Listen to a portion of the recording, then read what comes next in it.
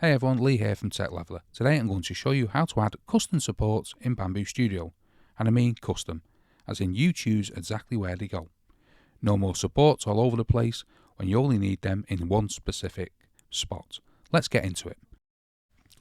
Open up Bambu Studio and import your file. For this one I'm using a Pokemon duck model for my example, just because it's a great demonstration of why custom supports matter. I'll scale it up so it's easier to see on screen. Now if you look at the model from the side, you can already spot problem areas.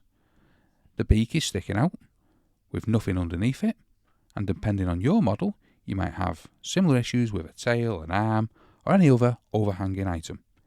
Those are exactly the sections where we're going to target. Click on the preview tab to do a quick slice and Bambu Studio will likely flag it. Something along the lines of floating region detected. Consider enabling supports. That's your confirmation that the file needs help. Good, we knew that. Let's fix it properly.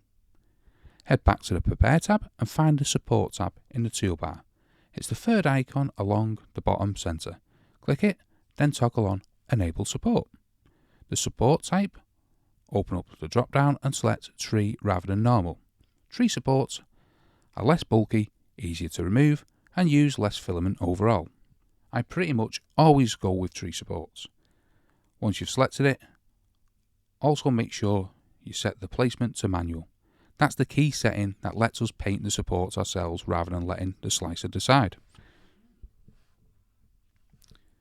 Here's the bit that trips many people up, and myself included at first. Hit the slice in the top right hand corner, then go straight back to the Prepare tab. I know that feels a little strange at first, however that's just how the workflow runs in Bambu Studio, so stick with it. With the model selected, look for the support painting icon in the toolbar. It looks like a paintbrush. Click on that and open up the painting model. Before we start, take a moment to rotate your model so you go and get a clear view of the underneath of the overhang.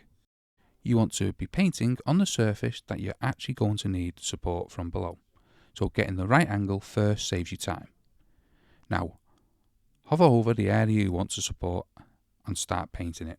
The default brush size is pretty small, so I recommend increasing it using the size slider. Make the job much quicker, especially on larger overhangs. Just brush over the surface that you need backing up.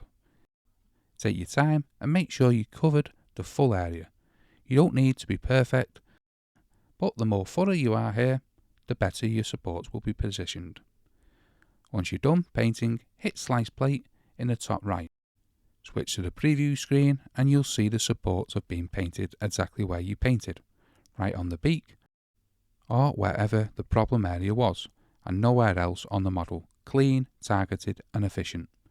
And that's how you add custom supports in Bambu Studio. It's one of those features that make a real difference to your prints once you start to know how to use it.